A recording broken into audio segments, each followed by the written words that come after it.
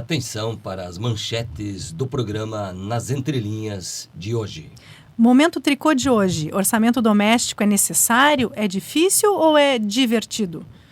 E quais as implicações micro e macroeconômicas relacionadas ao planejamento das finanças domésticas?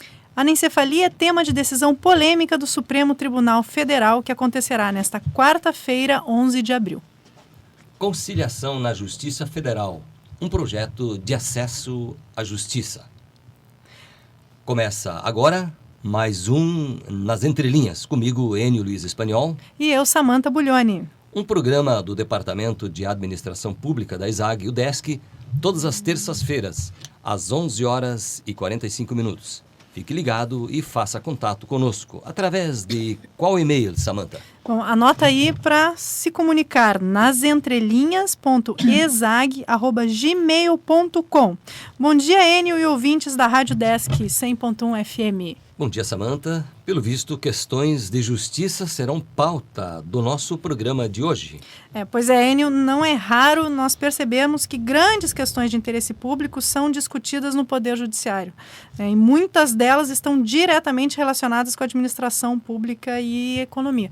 Um bom exemplo é o que vai acontecer amanhã no STF com a temática da anencefalia. Anencefalia, tecnicamente, são aqueles bebês, aqueles fetos que não têm a calota craniana e, consequentemente, não têm o cérebro.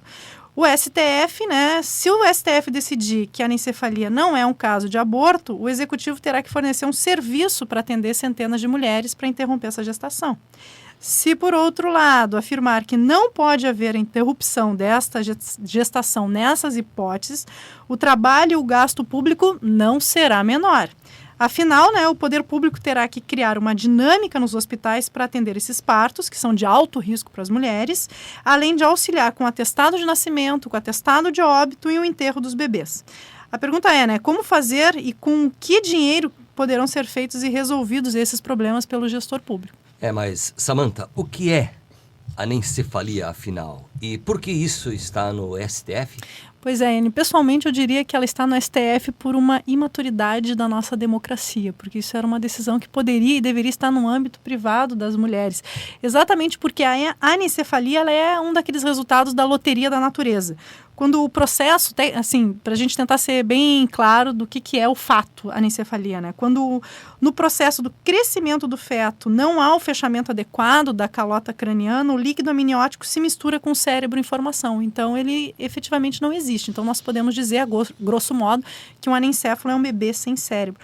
O resultado disso é um feto que é tecnicamente morto, sem ter nascido. Isso é uma coisa paradoxal, porque o fato morte na legislação brasileira é aquele fato de alguém que tem morte encefálica, e um bebê anencéfalo tem morte encefálica. Como assim, tecnicamente morto? É isso, o direito brasileiro ele não diz o que é vida, mas ele diz o que é morte. Então, na lei de transplantes de órgão, ele está falando o quê? Que quem tem morte encefálica vai ter o fato morte concretizado. Então, um bebê anencéfalo é um bebê com morte cerebral, porque ele não tem um funcionamento. Se fizer um eletroencefalograma de um bebê anencéfalo, ele é exatamente igual ao de alguém com morte cerebral. Então, ele não vive. Isso que é a coisa angustiante, porque tu tem um bebê morto que está em desenvolvimento sem nunca ter nascido. Agora, essa discussão está no STF desde 2004, porque a Confederação Nacional dos Trabalhadores em Saúde entra com uma ação pedindo que o STF se posicione em relação a isso. O pedido da Confederação é muito simples, eles querem que o STF diga que esse não é um caso de aborto. E não é aborto porque, afinal de contas, tu não tem interrupção de feto vivo, tu tem um feto morto. Então, a discussão está lá, amanhã é o STF que tem que fazer essa decisão de se as mulheres vão ser obrigadas a levar uma gestação de um feto anencéfalo até o final, ou se as mulheres vão ter o direito de decidir se querem ou não levar a gestação ao STF, a gestação de um feto anencéfalo no STF, até o final. Quer dizer, o STF, de certa forma, ele vai estar se colocando no lugar de gestor da vida privada de mulheres numa situação extremamente delicada. Então, Enio, depois de amanhã, seja qual for a decisão do STF, quem vai ter que dar conta disso é o administrador público, não te parece? Pois é, de fato temos uma questão muito séria, ou seja, a questão da justiça, do direito à vida, do direito à saúde, saúde pública. Tem várias questões que estão em jogo, é isso, Samanta? Então, elas estão...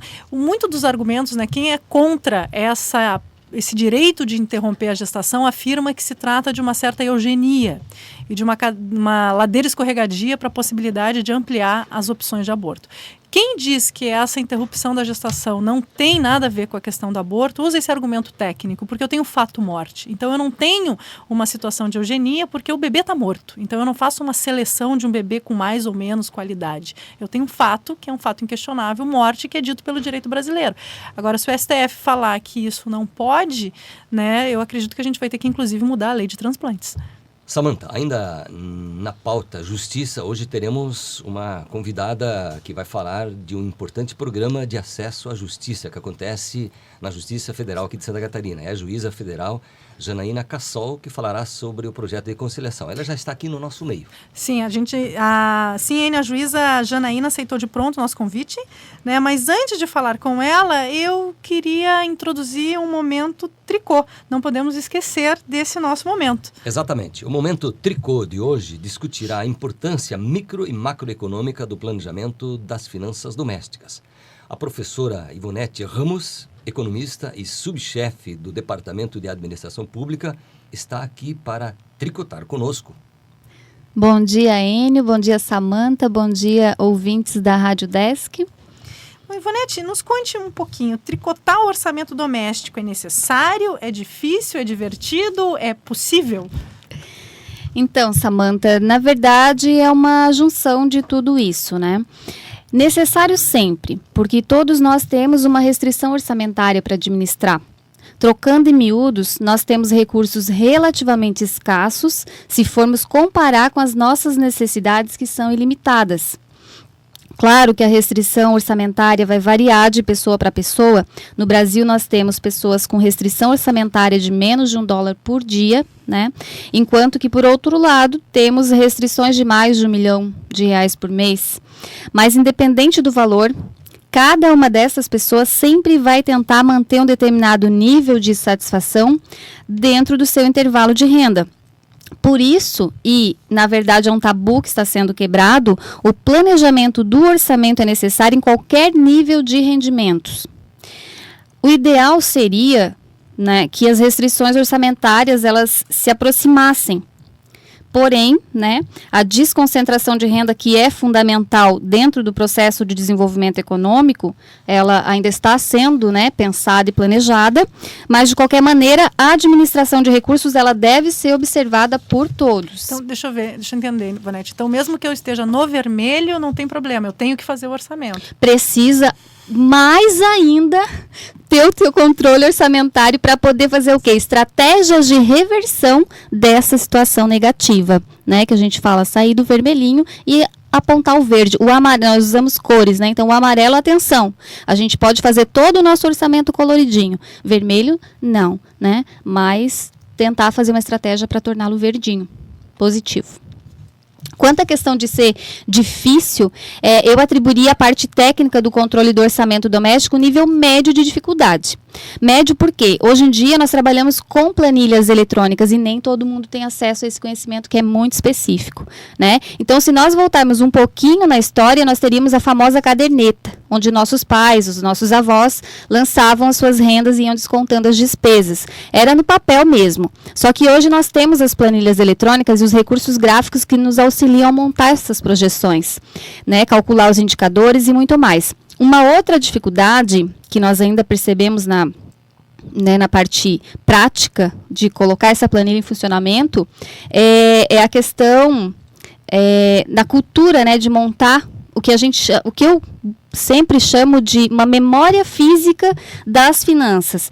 Então, a gente pode trabalhar da seguinte forma: comprar uma pastinha mesmo de plástico, né, daquelas de aula, e colocar os comprovantes de todas as despesas que a gente vai acumulando durante o mês, para não deixar passar nenhuma continha, porque se a gente deixa na memória, a gente pode esquecer. E aí o que acontece? Tudo é importante, desde a goma de mascar, né, o cafezinho, até a prestação do carro ou da casa. Mais alguma outra dificuldade, professora Ivonete? Ou alguma dica sobre a parte das dificuldades? Sim, Enio, temos mais uma grande dificuldade para vencer, que é que as pessoas começam a elaborar os seus orçamentos e elas desanimam muito rapidamente. Então, alimentar essa planilha financeira doméstica é um exercício de paciência e é necessário ter persistência. Se fizermos um mês e no outro deixá-la de lado, poderemos perder a memória dos dados que vão compor os indicadores desse processo orçamentário. Então, uma dica, retorno, a falar sobre a pastinha, monta a pastinha física com as continhas do mês, e aí se organiza para uma determinada data do mês fazer os lançamentos, porque o que muito desanima as pessoas é assim, será que todo dia eu tenho que estar lançando? Eu tenho tanta coisa para fazer no dia a dia? Não, organiza um dia do mês para fazer a conciliação bancária, para fazer o lançamento dessas despesas do mês, E na verdade o que a gente está fazendo é uma contabilidade doméstica. Eu acredito muito nisso, que todos nós temos que ter o DOF-CD, que é o Departamento de Orçamento, Finanças e Contabilidade Doméstica em nossa casa. Eu chamo lá em casa de TCC, Tribunal de Contas da Casinha. Muito legal também, Samanta. Também falávamos que isso se torna uma atividade divertida. Sim, Enio, pode ser. Na verdade, pode ser um ponto de unificação para a família, Quando, por exemplo, a família se junta para colocar objetivo ou um planejamento em termos de orçamento, por exemplo, fazer uma viagem, familiar. E aí cada um começa a pensar, o que eu posso contribuir para a economia desse cofrinho da viagem? E aí pode ser o quê? Apagando a luz que não estão em ambientes desocupados, utilizando o telefone moderadamente, economizando a água do banho, que não somente o nosso bolso agradece, mas a natureza também vai agradecer. Então, na verdade, quando você consegue atingir aquela meta, encher aquele cofrinho que estava determinado, essa será a nossa viagem, isso pode transformar o que seria um sacrifício, na verdade, em algo gostoso e também é um ponto de unificação da família. Cria um diálogo na família. Ivonete, uma curiosidade. A economia tem dois grandes ramos, que se fala, a micro e a macroeconomia. Como poderia ser situado esse orçamento doméstico nesse contexto? Perfeito, Samanta. Os aspectos micros, eles são estes que nós estamos comentando agora, que na verdade está relacionado à administração da restrição orçamentária de cada família, de cada pessoa, para maximizar a sua satisfação. Quanto aos impactos macroeconômicos, tem a ver com o produto interno bruto, que é o nosso maior indicador econômico. O PIB é composto pelo consumo das famílias, investimentos das empresas, gastos governamentais e pelo saldo líquido da comercialização com o resto do mundo. Quando as famílias recebem renda, elas podem optar entre consumo e poupança, que são duas das variáveis determinantes do PIB. Ainda, as decisões de consumo, elas vão estimular os novos investimentos, que é outra variável determinante no PIB. E a poupança, ela fomenta esses novos investimentos, porque as empresas precisam de recursos para capital de giro, para comprar máquinas, equipamentos e assim por diante. Então, é um fluxo que é retroalimentado a cada nova decisão de consumo e poupança das famílias. Mas aí entra o seguinte ponto. A falta dos controles orçamentários está levando a famílias a grandes endividamentos e a canalização dos recursos dos orçamentos domésticos para o pagamento dos juros. E o pior, dos juros sobre os juros, que acaba limitando as novas decisões entre consumir e poupar. Tem como contornar essa questão? Sim. Planejar de forma persistente o orçamento doméstico. Tá, essas planilhas que você menciona, você poderia falar um pouquinho mais sobre elas? Sim, mas nós teremos essa abordagem aqui, Enio e Samanta, mas por enquanto vou deixando vocês na curiosidade, tá? Os ouvintes também bastante curiosos, porque essa é a matéria do Momento Tricô, do dia 15 de maio, com o administrador Cassiano Piaia. Peço que vocês não percam. Perfeito. Professora Ivonete, muito obrigado pela tua participação e até terça-feira que vem com mais um Momento Tricô aqui no programa Nas Entrelinhas. Eu que agradeço o espaço, desejo a todos uma excelente gestão de seus orçamentos domésticos. E agora vamos conversar com a juíza Janaína Cassol. Juíza, explique para nós o que é o projeto Conciliação da Justiça Federal. Bom dia a todos, agradeço o convite, fico honrada de poder participar de um programa nesse sentido, que divulga e amplia o que eu considero como muito importante para a sociedade. Dentro da Justiça Federal, especificamente, a conciliação é recente, ela vem de 2003 ou 2004 e começou com as questões previdenciárias, envolvendo o direito previdenciário, um volume muito grande de ações, com muitos atrasos na prestação jurisdicional, atrasos em termos de tempo. evoluiu também para abranger, e aí o orçamento aqui que foi dito, né, as questões dos financiamentos imobiliários com a Caixa Econômica Federal. Hoje também já se trabalha em conciliação com os conselhos que regem a maioria das atividades profissionais, né? E também em matéria de saúde, em face de uma demanda recorrente que nós temos tido aqui, em especial na cidade de Florianópolis, com a atuação da Defensoria Pública da União. Então, esse projeto de conciliação foi encampado, né, pelo Tribunal Regional Federal da 4ª Região. Ele tem uma coordenação maior do CNJ, né, com campanhas nacionais, e nós aqui na 4ª Região conseguimos implementar uma rotina de conciliações e não trabalhar só com os mutirões anuais que acontecem normalmente no final do ano, próximo da data do Dia da Justiça. Então, já é uma rotina implementada, acontecendo hoje já rotineiramente dentro da nossa realidade de trabalho. E, se possível, eu queria destacar um aspecto de contexto que eu considero muito importante, e aproveitando a fala da professora Ivonete, quanto a discussão, o diálogo para a questão de contas, né, promove aí a unificação da família. E a conciliação é isso, é trazer de volta o diálogo e começar a sair de uma teoria e de uma ação de conflituosidade. Conciliar é isso, é trazer à mesa. No primeiro momento a gente vai fomentar o conflito, porque vai se fazer uma catarse do que está acontecendo, mas a partir daí nós estimulamos que as pessoas tenham autonomia e independência para trazerem uma solução consensual, né? E não é nenhum demérito nem falta de poder do magistrado ou da magistrada, pelo contrário, é o empoderamento da sociedade, e isso é cidadania e é construção de democracia. Nas questões de saúde, Janaína, como é que está sendo a recepção do Executivo em relação a essas conciliações e decisões que são feitas no âmbito do Poder Judiciário? É importante a gente frisar que o Executivo tem o municipal, o estadual e o federal. Os executivos estadual e municipal, aqui na região, municípios de Florianópolis, Biguaçu, Palhoça, São José, e o Estado de Santa Catarina tem atuado com uma postura muito proativa e na busca de soluções administrativas a partir do diálogo estabelecido nas audiências de conciliação. O Poder Executivo Federal, que é a União, né, nós temos encontrado algumas resistências em que pese o discurso teórico apresentado em vários seminários. Já temos assim praticamente 4 seminários de direito à saúde, onde a teoria apresentada somos favoráveis à conciliação. Quando nós chegamos na prática, isso não se traduz em realidade, então a gente tem encontrado alguma dificuldade para realizar essas composições envolvendo principalmente o financiamento. Então, é o custeio, o que vai se pagar, como que vai se dividir. Porque o que acontece numa mesa de conciliação é como nós estamos sentados aqui. É uma mesa redonda, vai fornecer o medicamento? Sim. Quem vai pagar? E o cidadão que está ali presenciando acompanha essa divisão orçamentária, estrito senso, pequena, da individualidade dele, mas que envolve o coletivo, né? Que envolve o Sistema Único de Saúde como um todo. Eu queria te parabenizar, doutora juíza Janaína Cassol. Acho que é uma iniciativa muito interessante, torna a justiça mais ágil, mais econômica e para que brigar se dá para conciliar? Acho que seria essa a questão fundamental.